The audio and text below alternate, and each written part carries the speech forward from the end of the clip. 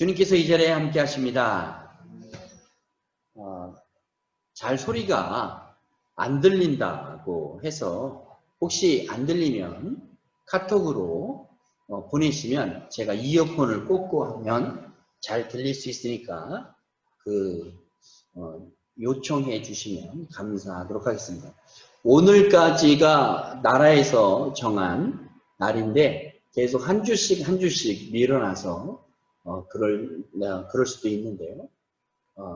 정말 다음 주에는 다 같이 모여서 예배하는 예배가 되었으면 하는 작은 소망이 있지만, 그럼에도 불구하고 좀 더 이 세대가 점점 안 좋을 수도 있고, 또 어제 뉴스를 보니까 10월 달서부터 이제 감기, 독감이 또 일어나게 되면 더 큰 동요가 일어날 수도 있다, 그런 말이 있으니까 이것도 온라인 예배를 드리고 가정에서도 정말로 이 은혜롭게 예배 드릴 수 있는 훈련이다 생각하시고, 정말 주님이 각자의 처소에서 주님의 사랑이 넘쳐나고 주님의 보혈로 감싸셔서 보호하는 그런 참 자유가 있는 예배가 되시기를 주님의 이름으로 축복드립니다. 저는 고기를 태우지 않고 잘 굽는 편이고, 또 종종 주변에서 고기를 잘 굽는다고 합니다. 그래서 많은 질문들이 어떻게 이렇게 고기를 잘 굽냐. 제가 원래 요리를 참 좋아하긴 그랬었는데, 제가 이제 사고가 나고 난 다음에 정말 할 줄 아는 음식이 많이 없어졌어요. 이제 싱크대도 높아지고 제가 할 수 없는. 그런데 이제 고기를 구울 때는 제가 고기를 참 굽는데요. 그때마다 제가 하는 소리가 있는데, 정말 고기는 그냥 굽는 게 아니라 애정을 가지고 잘 구우면 된다라는 거예요. 어떤 사람은 고기를 불판에 얹고 신경도 안 쓰다가 다 태워버리는 사람들도 있어요. 고기는 이때쯤 한 번 더 뒤집고, 또 저 고기는 불판 가장자리에 있으니까 좀 뒀다가 나중에 뒤집고, 또 불이 센 곳에 있는 고기는 웬만큼 익으면 또 약한 곳으로 옮기고, 그런 여러 가지 일들이 있는 거예요. 그 조그만 불판 안에서도. 한 점씩 잘 살피면서 구워야지 잘 구울 수 있지. 그거를 그냥 대충 구우면은 고기가 어떤 때는 타버리고 말아버리는 거예요. 그런데 제가 말씀을 준비하면서 이런 생각을 했어요. 정말 애정을 가지고 잘 구워야 고기가 잘 구워지듯이, 하나님께서는 정말 나를 사랑하시는가, 그렇게 느껴봤어요. 그런데 정말로 하나님은 나를 사랑하신다고 그랬는데, 정말 시편 139편 1절 말씀, 139편이 가장 긴 말씀인데 그 중에서도 1절 말씀이 정말 나의 마음속에 와닿는데, 그 말씀이 뭐냐면, 여호와여 주께서 나를 살펴보았으므로 나를 아시나이다. 하나님은 전지전능하시기 때문에 모르는 것이 없습니다. 하지만 우리를 잘 아는 능력 때문이 아니라 애정을 갖고 우리를 유심히 살펴보고 계시는 거예요. 인생이 뜨거운 불판 위에 있는 것 같을 때도 있고, 우리를 맛깔나게 만들어주시는 중이라는 것을 믿어야 하는 거예요. 잠시도 눈을 떼지 않고 살펴보고 적당한 때에 우리에게 피할 길을 열어내 주시고, 너무 뜨거우면 불 가장자리로 고기를 붓듯이 또 뭐 이렇게 옮겨주시고, 정말 우스갯소리 같지만 하나님이 내가 견딜 만한 그런 상황에 하나님을 의지할 때 몰고 가신다는 거예요. 우리는 정말 오늘 드리는 말씀은 하나님께서 우리에게 모든 민족을 사랑하심과 제자들의 사도됨의 자세가 어떻게 변화했는가라는 거예요.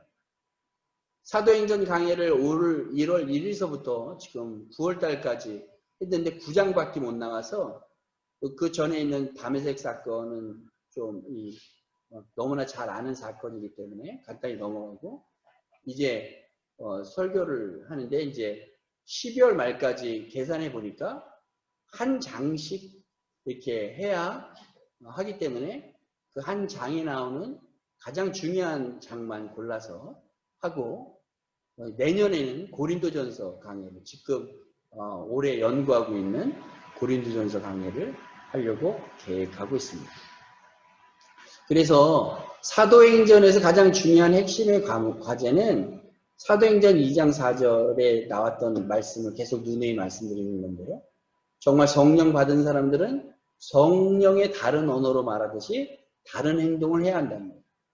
이 베드로는요, 오늘 나오는 사건이 베드로가 병 고치고 또 베드로가 그 사람 요바에 있는 사람들을 잘 민족을 변화시키고 그랬던 요인은 다른 것이 아니라 옛 베드로의 성격대로 행동한 것이 아니라 성령님이 하라고 하신 대로 했기 때문에 그 언어를 통하여 자기의 언어가 아닌 하나님의 언어로 행동했기 때문에 그런 역사가 일어난다는 거예요. 그래서 첫 번째로 이 중요한 내교는 베드로 사도는 충성된 목자의 자세로 일했던 것입니다. 요한복음 21장 16절에 보면 예수님께서 베드로에게 친히 내 양을 치라 라고 얘기했어요. 이것은 주님의 명령과 부탁을 결코 잊지 않는 베드로였기 때문에 그런 거예요. 이것은 베드로에게만 얘기하는 것이 아니에요. 온 제자들이 베드로를 대표성을 두고 이 성령 받은 사람들은 양을 쳐야 하는 거예요. 그런데 목자가 양을 칠 때 그 양 한 마리 한 마리를 잘 사랑으로 다스려야지 어떤 양은 싫어하고 어떤 양은 좋아하고 그래서 그 양만 좋아하고 그 다른 사람은 배제하고 그런 게 아니에요. 그래서 정말로 이 사도행전 1장서부터 성령 사역은 2장서부터 시작되는데 그 2장서부터 계속해서 이어지는 그 말씀 중에 오늘 이 9장 31절의 말씀에 보면 복음이 든든히 서간다라는 말씀이 있어요. 복음이 든든히 서간다는 말씀의 이유는 말씀으로 인하여 예루살렘이 변화가 되고 사마리아가 변화가 되고 온 유다와 사마리아가 변화가 되는 거예요. 그래서 정말 국경을 벗어나서 말씀을 전하는 베드로는 정통 유대인이기 때문에 이 다른 이방인들이 복음을 믿는 것을 좋아하지 않는 거였었어요. 그러나 성령 받고 나니까 온 이 유대가 교구가 되는데 이 베드로 전서에 보면 베드로 전서에서 베드로가 고백하는 걸 보면 베드로는 예루살렘에서 많이 복음을 전한 사람이 아니에요. 복음을 전할 때 이례적으로 3,000명을 변화시키고 5,000명을 변화시킨 사건은 그 예루살렘 초기 기독교가 생성될 때만 잠깐 있었고 베드로는 두로 지방과 베니게니아 그러니까 거의 이 예루살렘을 벗어난 지방에서 말씀을 전했고 베드로의 사명은 이방 민족 그러니까 사도 바울과 같이 이 이방 민족에게 복음을 전했던 사도가 베드로였던 거예요.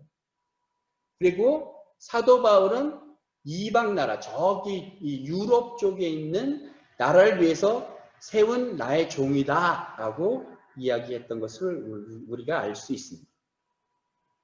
그래서 베드로의 행위는 정말 진실하고 충성스러운 그리스도의 목자상을 발견했고 그러므로 그 목자상으로 행동했던 거예요. 그래서 베드로는 이 성도를 치료함으로 있어서에도 예수님과 같이 치료했던 거예요.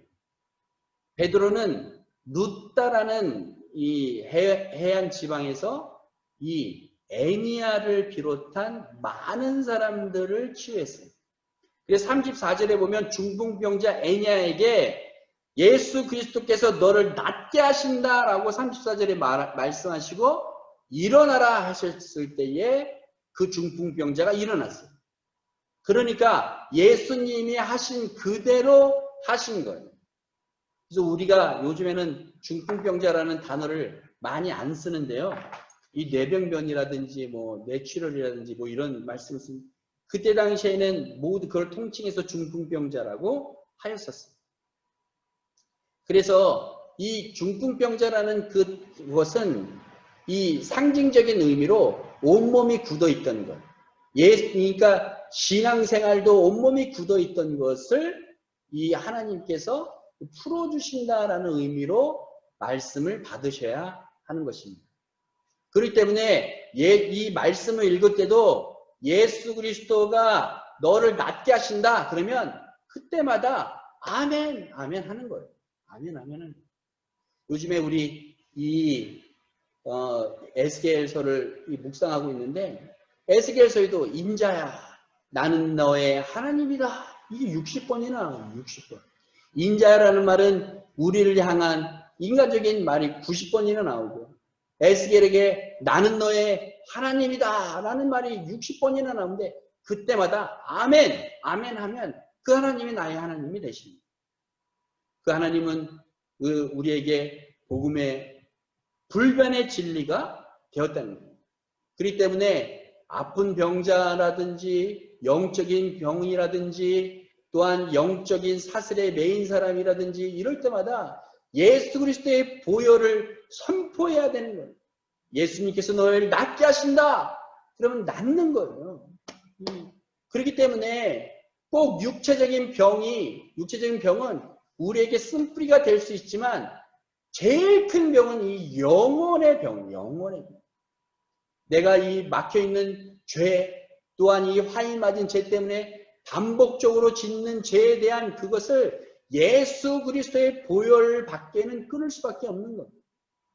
그렇기 때문에 여러 가지 일들이 있어요. 뭐 거짓되고 죄악시되고 또한 반복적으로 짓는 죄들이 있고 여러 가지 죄들을 우리는 우리의 힘으로 절대로 할 수 없어요. 그렇기 때문에 베드로는 나의 능력으로 나의 힘으로가 아니라 예수 그리스도의 능력으로 낫게 하신다 할 때 낫게 되는 역사가 일어나는 것입니다. 그래서 17절 말씀에 주의 영이 계신 곳에 자유함이 있다. 할렐루야. 주의 영이 계신 곳에 자유함이 있는 겁니다. 또한 애니아의 중풍병, 이 막혀있고 움직이지 못하는 그 병에서 또 해결할 수 있는 두가 또 오늘에 나온 것은 바로 죽은 성도까지 살렸다는 거예요. 베드로 사도는 욥바, 이 욥바라는 곳이 어디냐면 지금의 텔 아비브라는 곳이에요. 그러니까 이 이스라엘은요, 우리 한 강원도보다 조금, 강원도에 뭐 한 1.5배 정도 되는 이 땅을 가지고 있는데, 거기 위쪽의 해안 지방에 이 텔 아비브가 국제, 트럼프 대통령이 예루살렘이 수도다. 그래서 이 예루살렘이 수도라고 알고 있으신 분들이 많은데요.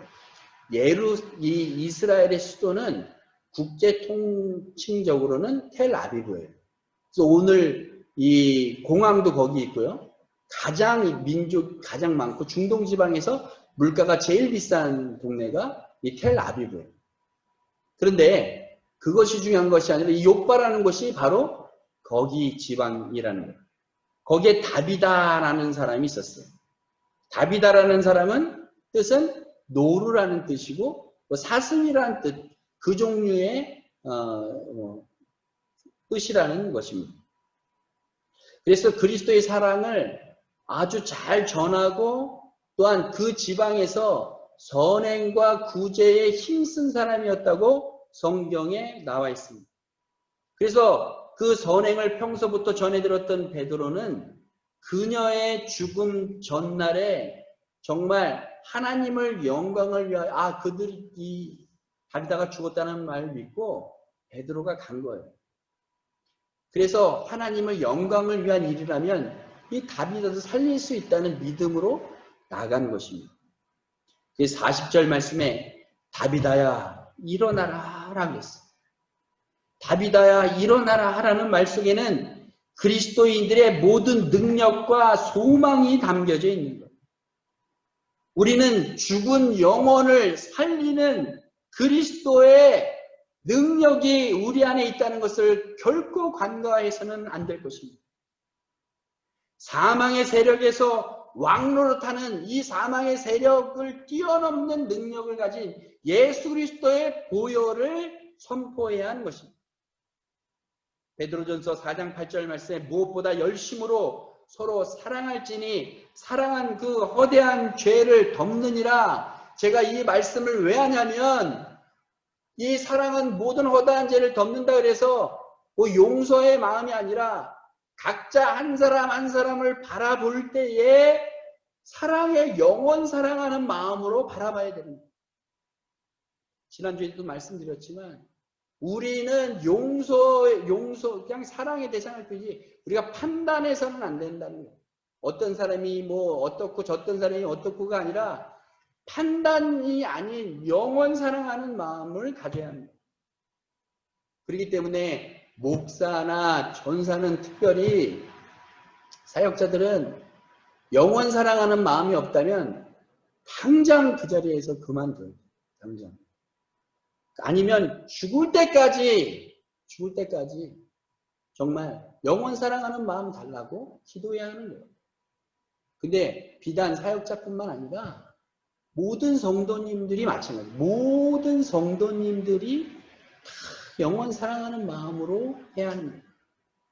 안 될 것 같고 전도가 안 될 것 같고 저 사람은 완전히 알코올 중독자고 저 사람은 완전히 도박 중독자고 어떤 홀릭에 빠져서 거기에서 헤어나올 수 없는 무엇인가가 있는데 저 사람은 안 돼. 이런 마음으로 하는 건 아니에요. 다비다를 살린 베드로의 능력처럼 우리는 죽은 영혼에게 예수 그리스도를 선포할 때 비로소 하나님의 능력이 나타나는 줄로 믿습니다.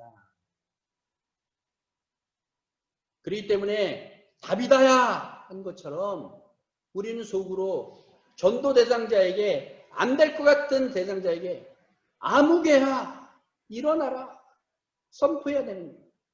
기도할 때도 누구누구 일어나라 영적인 그리스도의 보혈을 선포해야 하는 것입니다. 이것이 장래에 자기를 위하여 좋은 터를 가꾸었다는 디모데전서 6장 19절 말씀처럼 그 장래를 위하여 좋은 터다라는 것은 이 영원 사랑하는 마음을 가진 디모데에게 권면한 이 사도 바울의 말씀이요 또한 예수 그리스도의 보혈의 말씀인 줄로 믿습니다. 아까 전에 보내드렸던 파푸아 뉴기니아의 선교사님이었던 문성 선교사님이 있습니다. 그 파푸아 뉴기니아 전체는 아니지만 당신께서 그 선교사님이 계신 그곳 해발 2500m에 있는 그 파푸아 뉴기니아의 그 미개한 족속들 아무도 전도가 안 될 것 같은 그곳에 가신 거예요. 가셔서 전도하시고 죽음을 각오하고 전도했다. 근데 우리 문성 선교사님은 죽음을 각오하고 이 전도한 게 아니라는 거예요. 우리는 죽음을 각오하는 사람이 아니라 우리는 각자의 성도님이 죽음을 초월하신 성도님 줄로 전 믿습니다. 죽음을 무서워하면 안 되는 거예요. 죽음은 한낱 하나의 단계다? 이것도 아니에요. 우리는 부활신앙으로 갔는데 죽음 때문에 우리의 앞날이 바뀌고 죽음 때문에 흔들리고 이런 것이 성도가 아니라 죽음을 초월한 부활신앙을 갖고 있는 거예요. 단지 우리는 어머니와 헤어지고 아버지와 헤어지고 가장 사랑했던 사람과 헤어짐에 섭섭함이 있겠지만 그럼에도 불구하고 잠시 잠깐의 일일 뿐이라고 믿음의 선진들은 말씀합니다. 그렇기 때문에 우리는 부활의 그 기쁨으로 사는 사람이기 때문에 거기에 소망을 둬야 할 줄로 믿습니다. 그렇습니다. 그러므로 인하여 그 문성 선교사님의 그 두 부부 한 명이 변화돼서 파푸아 뉴기니아에 가서 그 지역 전체를 구원시키고 또 이 세례식을 하는데 얼마나 감동적인지 몰라요. 제가 보내드린 그 링크를 좀 1시간짜리 링크인데 그 앞편만 좀 한 10분만 봐도 얼마나 은혜로운지 몰라요. 한 사람이 변화되고 그 한 사람이 세례를 받으면 온 동네 사람들이 그 세례 받은 것으로 인하여 축제를 벌여줍니다. 얼마나 감사한지. 우리도 세례식이 좀 그런 쪽으로 좀 변해야 되지 않을까 저는 생각하고 있어요. 세례를 받고 엄숙하게 이렇게 세례만 주고 뭐 사진 찍고 뭐 이렇게 뭐를 증표를 주고 이것이 중요한 것이 아니라 한 사람이 돌아온 거에 대해서 하나님께 감사하고 축제적인 분위기로 만들어야 된다. 저는 거기에 정말 말씀을 동의합니다. 또한 이 베드로는 이 겸허한 자세로 종의 자세로 임했던 것입니다. 베드로는 주님의 능력을 확신했던 거예요.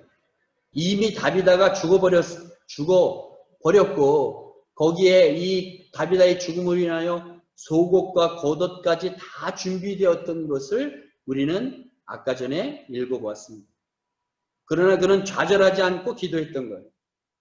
그는 사도 중에서 가장 인간적인 사도였었습니다. 예수님을 온전히 부활의 구주로 영접하기 전에는 우편에는 내 자리, 좌편에는 누구 자리 이런 식으로 내가 가장 예수 그리스도의 최고 큰 종이야 라고 생각했던 사람이에요. 그러나 그것은 다 인간적인 마음입니다. 종종 주님의 능력보다 자신의 지혜와 경험을 앞세웠던 사람이 바로 베드로였던 거예요. 그렇기 때문에 베드로가 예수님이 끌려가는데 예수님이 끌려가는 것이 예수님의 뜻인데 거기에 있는 끌려갈 때에 그 병정의 귀를 자르잖아요. 그래서 그 칼을 거둬라 라고 얘기하면서 그 떨어졌던 귀를 예수님은 끌려가는 조차 그 사람에게 다시 붙여주었던 역사가 있었던 것을 우리가 알 수 있습니다. 정말 이 죽음의 공포, 시리의 장, 이 죽음의 주님이 잡혀가시는 직전까지 기도하지도 못하고 정말 죽음의 공포에 떨었던 그런 베드로였었지만 지금은 완전히 자기의 생명을 또한 남의 생명까지 하나님께 위임하는 그런 온전한 사람이 되었던 것입니다. 그의 삶은 죽음의 모든 권한을 주님께 위임하고 오직 주님의 뜻으로만 묻는 성화된 인격자가 된 거예요. 이같이 베드로의 사도의 신앙의 태도는 모든 신자들의 귀감이 되고 성도가 가져야 될 참 자세인 것입니다. 그렇기 때문에 이 마음속 깊이 간직해야 될 것은 이 모든 나의 생명, 나의 모든 인격, 나의 모든 주관자 되신 예수 그리스도를 온전히 하나님께 다 내어 맡길 수 있는 것이야말로 진정 성화된 성도라 할 수 있는 겁니다. 또 두 번째로 베드로는 오직 그리스도만을 선전했습니다. 모든 사람을 다 내보내고 그것은 주님께서 정말 예전에 보여줬던 일과 마찬가지였던 거죠. 또 다비다가 살아나자 오직 그가 주님의 은총으로 다시 산 것을 보여줄 뿐만 아니라 자기가 했다는 걸 공치사로 하지 않았습니다. 이와 같이 겸허한 종의 자세, 적시 주님의 가르침을 잊지 않았기 때문에 오직 그리스도의 아름다운 덕을 선전해야 한다는 베드로전서 2장 9절 말씀이 있던 거예요. 왠지 뭔가 능력이 있으면 그 능력을 막 좀 선포하려는 그런 것이 있어요. 저도 초창기 이 예수님이 저의 믿음이 많이 없을 땐 그런 역사가 많이 나타났던 것 같아요. 그리고 또 그런 역사를 얼마나 자랑하고 다녔는지 몰라요. 정말 죽을 수밖에 없는 장로님을 뭐 이렇게 기도하면서 살렸고, 근데 내가 한 게 아니잖아요. 하나님이 하신 건데 그것을 꼭 자랑하고 싶어하는 그런 이 속에 있는 그 무엇이 뭘 좀 하면 그거 내가 좀 다른 사람들보다 좀 독특해서 그런 거 아니야? 이 자랑 내가 자랑할 것이 하나도 없는 거예요. 신앙은 자랑할 것이 없는 거예요. 신앙에 자랑할 것이 있다면 성경에 모든 이 믿음의 선진들은 다 자랑으로 끝냈을 거예요. 근데 자랑하지 않았던 거죠. 오직 이 굉장히 베드로전서 2장 9절 말씀 중요한 건데 오직 그리스도의 아름다운 덕을 선전하게 하려 하시려고 모든 역사는 하나님께 하시는 거예요. 그래서 공부 잘하는 거 하나님이 하시는 거죠. 공부를 잘했다고 해서 중요한 게 아니에요. 또 뭐 이렇게 사업에 성공했다고 하나님이 하시는 거예요. 또 뭐 이렇게 좋은 직장에 취직했다고 이 뒤돌아보면 다 혼자 한 거 없어요.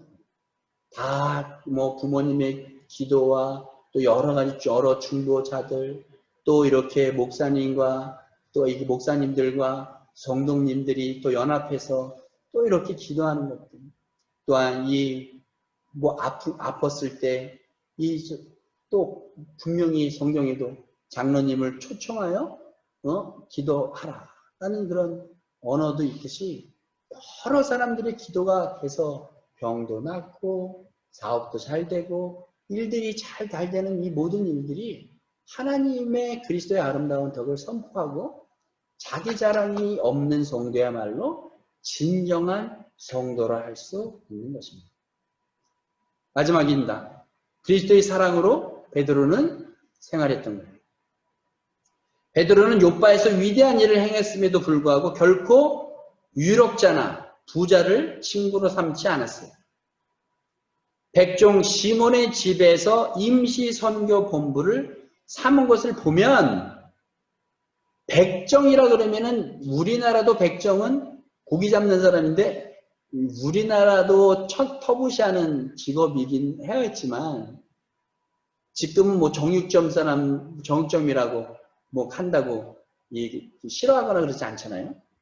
그런데 유대인들도 마찬가지예요. 유대인들도 이 백정이라고 하는 고기를 잡고 각을 치는 사람들을 제사장들 빼고는 굉장히 안 좋은 계층 중에 하나였어요. 그런데도 불구하고 베드로는 그렇게 위대한 사역을 했음에도 불구하고 온 욥바 사람들을 다 예수 그리스도를 믿게 하는 그 정도의 능력이 있는 사람들인데도 편안한 호텔이나 편안한 부잣집에서 거한 것이 아니라 예수님과 마찬가지로 가장 안 좋은 백정 시몬의 집에 거했던 것을 보면 겸손한 사람이라는 것을 알 수 있습니다.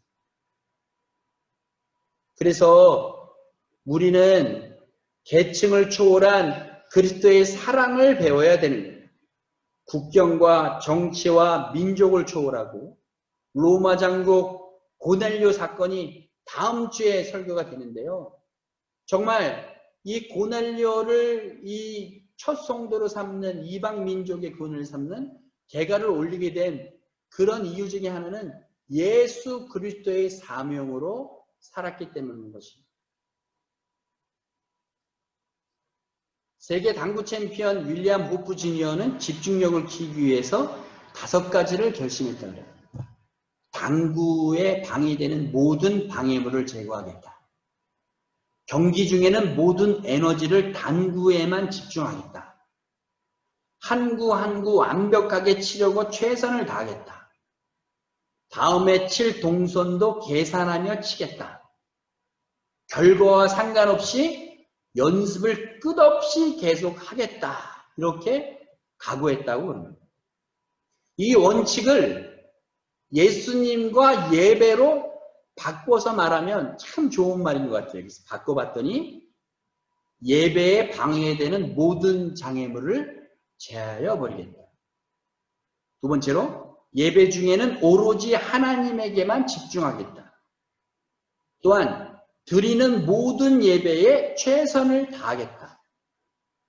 또 네 번째로 예배를 드리고 난 후에 삶도 신경 쓰며 살겠다. 상황과 상관없이 언제나 예배하겠다라는 거예요. 주님께 집중하기 위해서는 많은 노력이 필요합니다. 특별히 이 온라인 예배를 드리면서 주님께 집중하기 위해서 정말로 어려운 일이 있어요. 집에 보면은 할 일이 태산같이 보이잖아요. 아, 뭐, 저 먹어도 애도 먹어도. 근데 집에서 예배 드릴 때는 정말 집에서 예배 드릴 때 집중이 엄청 필요합니다. 100% 주님만 바라보고 주님만 경배하는 예배와 삶을 위해서 얼마나 노력하고 계시는지 몰라요.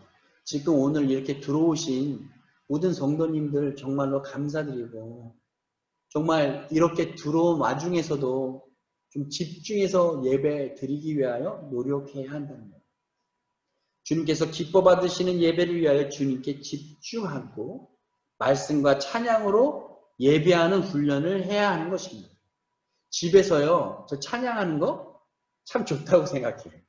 좀 흩어져서 예배 드려서 저는 좀 안타깝지만 언제 주님을 가정에서 찬양 드리는 것이 얼마나 좋은지 몰라요. TV 소리 크게 해놓고 뭐 가요 프로그램을 틀어놓는다든지 뭐 요즘에 열풍인 트로트를 틀어놓는다든지 집에 그런 음향이 틀어놨다가 우리가 정말 나의 입술로 하나님께 찬양하면 집안에 있는 마귀가 쫓아나가는 역사가 있을 줄로 믿습니다. 얼마나 좋은지 몰라요. 주일날 흩어져서 예배 드리면서 가정에 있는 오늘 우리 10시에마다 우리 사역자들끼리 모여서 기도하는데 그런 기도를 우리 하자 그랬어요. 흩어져서 예배하지만 그 안에 보혈이 흘러 넘치고 성령 충만한 예배가 되게 해달라고 기도합시다. 그리고 그거 주님 한번 외치고 기도한 거예요. 그렇기 때문에 각자의 초소에 예수 그리스도의 보혈이 넘쳐나기를 축복드립니다. 또한 예수 그리스도의 성령 충만이 각자의 초소에서 넘쳐나기를 주님의 이름으로 축복드립니다. 아마 아멘 각자 가정에서 아멘 했을 줄로 믿습니다. 정말 그래서 주님 예배 시간에 우리 주님과 말씀에 집중하게 하여 주시옵소서. 예배할 때, 기도할 때, 찬양할 때 딴 데 쳐다보지 말고 잡념을 떨치고 집중하는 우리 가정이 되기를 주님의 이름으로 축복드립니다. 말씀을 마치는데요. 한 가지 예화 말씀을 드리고 말씀을 마치도록 하겠습니다. 1988년 12월 7일 11시에 옛 소련에 소속해 있었던 아르메니아에서 지진 7.0이 일어났어요. 수많은 사람들이 죽고 부상한 비극적인 대참사였던 것입니다. 그때 9층짜리 아파트가 무너지면서 생긴 철근과 콘크리트 틈새에 스잔나 페트로시안이라는 어머니와 가인이라는 4살 된 딸이 가까스로 목숨을 유지한 채 구조되기만을 기다리고 있었어요. 그런데 생각처럼 빨리 구조되지 않고 하루, 이틀, 사흘 자꾸 시간이 흘러갔어요. 가인이는 점점 기진맥진해 가고 있었습니다. 그때 어머니 스잔나는 언젠가 TV에서 조난당한 사람들이 먹을 것이 없자 피를 나누어 마시던 장면이 생각났어요. 그래서 이 어머니는 주변에서 유리 조각을 찾아서 자기 이 손가락을 긁어서 피를 내서 이 사랑하는 딸의 입에 떨어뜨렸던 거예요. 그래서 14일 만에 극적으로 구조대에 발견돼서 생명을 건졌습니다. 그런데 그때 이 14일 이거 건져냈을 때 이 어머니의 10손가락에는 피가 전부 다 나고 있습니다. 자기 딸을 위해서 그 피를 흘렸던 거예요. 이 이야기는 많은 사람들에게 감동을 주었습니다. 그야말로 가인이는 어머니의 피 흘림 없이는 살아날 수가 없었던 거예요. 우리 이 사랑하는 성도 여러분은 우리는 죄로 말미암아 영원히 하나님의 진노와 멸망과 사망의 그늘에서 깨어날 수가 없었던 사람이었던 것입니다. 그러나 2000년 전 예수 그리스도의 십자가의 거룩한 피 흘림 사건을 통하여 우리는 구원받을 수 있었던 것입니다. 예수 그리스도의 십자가의 희생의 죽음 없이는 우리는 구원받을 수 없었습니다. 그래서 성경은 죄의 삭은 사망이요 하나님의 은사는 그리스도 예수 우리 주 안에 있는 영생이니라 그랬습니다. 그렇기 때문에 우리는 우리의 목숨을 열 손가락이 다 피 흘린 이 수잔나 어머니처럼 우리도 피 흘림이 있는 성도들이 되어야 될 줄로 믿습니다. 예수 그리스도의 보혈을 받았다면 그 보혈을 다시 흘려내고 예수님과 똑같은 행동을 할 때 온전한 예수 그리스도의 성도가 됩니다. 베드로가 변화되었듯이 우리도 모든 성도님들이 변화되기를 간구합니다. 마태복음 26장 27절에서부터 28절 말씀입니다. 또 잔을 가지사 사하시고 너희에게 주시며 가라사대 너희가 이것을 마시라. 이것은 죄사함을 얻게 하려고 많은 사람을 위하여 흘리신 바 나의 피 곧 언약의 피니라 말씀하고 있습니다. 또 내가 진실로 진실로 너에게 이르노니 한 알의 밀이 땅에 떨어져 죽지 아니하면 한 알 그대로 있고 죽으면 많은 열매를 맺느니라 말씀. 우리는 영혼은 살아있기 때문에 육체는 죽을 수밖에 없는 이원론으로 얘기하는 거 아니에요. 육체가 더럽다고 얘기하는 거 아니에요. 하지만 이 하나님이 주신 거룩한 성전임을 깨닫고 그 성전의 힘으로 예수 그리스도의 보혈을 널리 전하시는 베드로와 같고 사도 바울과 같고 또한 믿음의 많은 선진들과 같은 성도님 되시기를 주님의 이름으로 축복드립니다.